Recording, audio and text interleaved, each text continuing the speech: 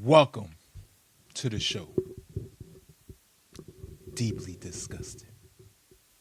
This is when you know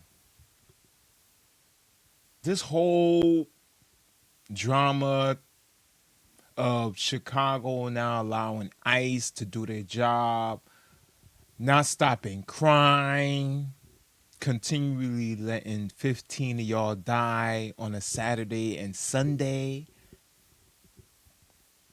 This is all political. And I could prove it. The mayor and the governor, they're going to put Chicago in a hole that they would never recover from if the government don't get involved. And it's sad. It's really, really sad. Let's get to it. Thank you for watching. Like and subscribe. This is Deeply Disgusted.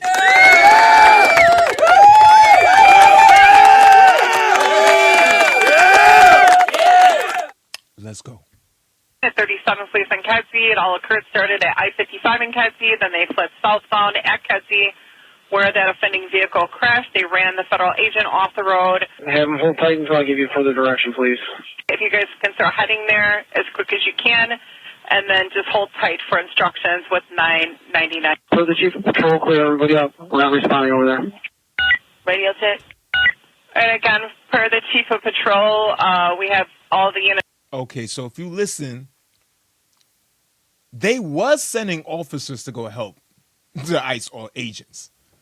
So it's not true. At the original call, they was sending officers there. She just said, go there, these officers need help, stay there, and wait on additional information. That's that per 999. Chief of patrol said all units clear out from there. We're not sending anybody over to. The chief of patrol changed the order. He said, you know what?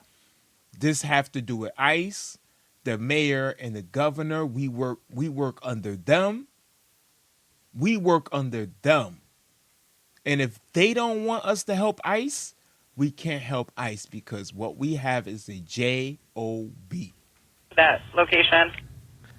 A disturbing dispatch call in Chicago where you can hear the dispatcher say that an ICE agent has asked for assistance after a suspect ran a federal agent off the road. Seconds later, the dispatcher tells all units to clear out and not respond. She says, we're not going over there. Joining me now is the former head of the Chicago Police Department and retired FBI special agent in charge, Jody Weiss. Jody, good morning to you. I really want to talk to you about this because you were... Yo, he looks like a retired agent. Like, he looked like he went through the battle in Chicago.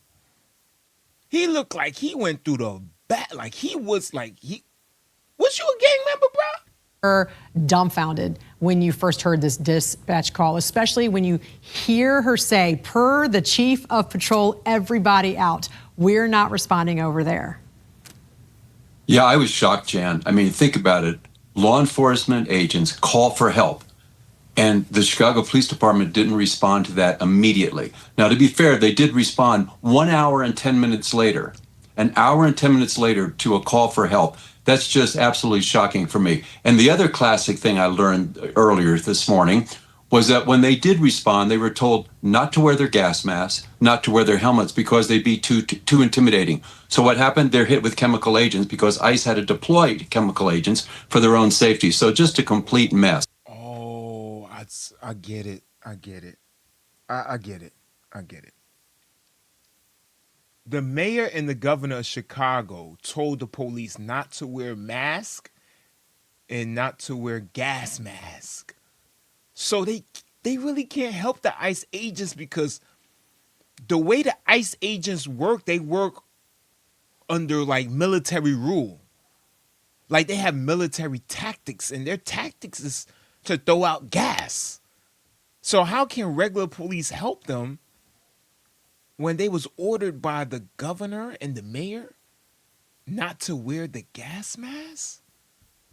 Well, and to be fair, there's nothing fair about that. An hour and 10 minutes later is way too late. Hour and 10 minutes? Where did they go? Dunkin' Donuts? especially if you're surrounded, right, by protesters and demonstrators. How do you see this playing out? Well, And I've seen some of the protesters. They look very scary. A lot of them are like white Caucasian dyke looking females. Right? I don't know. Y'all, I mean, y'all look at the videos. This is my job. I do this not literally all day, but I got other things to do. But I've been watching a lot of videos, and a lot of the protesters are Caucasian and they look like dykes. Well, actually, a couple things. Number one, I think the chief of patrol has to go. I mean, even if he said I didn't know all the facts, that's no excuse. But I also see this playing right into President Trump's hand. You have ICE agents who are unable to enforce federal law. That lines almost verbatim with Title 10, which gives the president the authority to, through federalized National Guard, if federal agents cannot enforce the law. So Yes. If you don't bring your police to come help us when we need help, when we being attacked by all these lesbians and all these Caucasians that look like dykes, when we are being attacked and you don't want to come help us, Chicago police, guess what? Now you gave Trump the ability to bring the National Guard there, and guess what? They're even better because they got choppers. just a complete mess. Not only that, you have the Department of Homeland Security right now slamming Chicago Mayor Brandon Johnson, who signed an executive order, Jody, to create ICE-free zones. What? Yo, it's almost laughable, yo. It's almost laughable. I can't wait till that four-eyed demon get locked up. What is going on in Chicago? ICE-free zones? Yeah, I mean, this guy's he's just a buffoon. I mean, I guess he's never heard of the federal supremacy clause, but, You are going against the federal government, you mayor. You are a mayor. All Trump has to do is sign an order and you could get locked up and put in prison.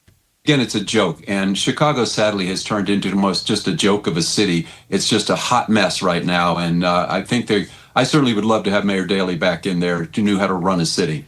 I agree. I didn't know Mayor Daley, but I'm talking about you, my brother over there with a weird looking face. I think that you should come back and you should get out of retirement. I know you on Miami all day getting suntan and you probably got a few facials. You might need some more, but that's a whole nother topic. Right now, we need you back on the job because it seemed like this guy right here was a good Chicago superintendent. We need you back on the job and we need you to do your job and do that face over again. But that's a different topic. Yeah, I want to turn now to the FBI, and we've been reporting on this all morning. The explosive document that revealed the FBI under President Biden spied on 8 sitting Republican senators and 1 GOP congressman. This is all part of an investigation called Arctic Frost, where they got all the phone data, including who these lawmakers talked to, how long they talked to this person, even the location of the call. How disturbing was this report right here to you? Oh, to me, totally outrageous. Again, they didn't get content, they didn't get audio, but what? The Biden administration was working. The Biden administration was working. They was working nonstop. We talk about Biden had FBI looking at Republican politicians and keeping his eye on them. I mean, I don't blame him. I would probably do the same thing if I was president. If you're not on my side, whose side you on? Listen, get them, you follow them, you watch them, make sure you know where their kids go, everything. Well, listen to their conversations, make sure you... What could they do with this information? You could map out who you're talking to. You could map out even your movement. So what does this do? It's just symbolic of the lawfare and the weaponization of the federal law enforcement agencies under the Biden administration. And it just undermines public trust. And Jen, when will this end? When will we stop learning about this corruption that just seems to come out every day as we move forward? Every day is Biden corruption that comes out. Literally, I could make a video on Biden corruption every day. I don't even have to make a video on anything, just Biden corruption. And trust me, I will get thousands and thousands of videos. But he was the good guy, right? Hardly even seen him during administration, maybe a few little times. Hardly even talked.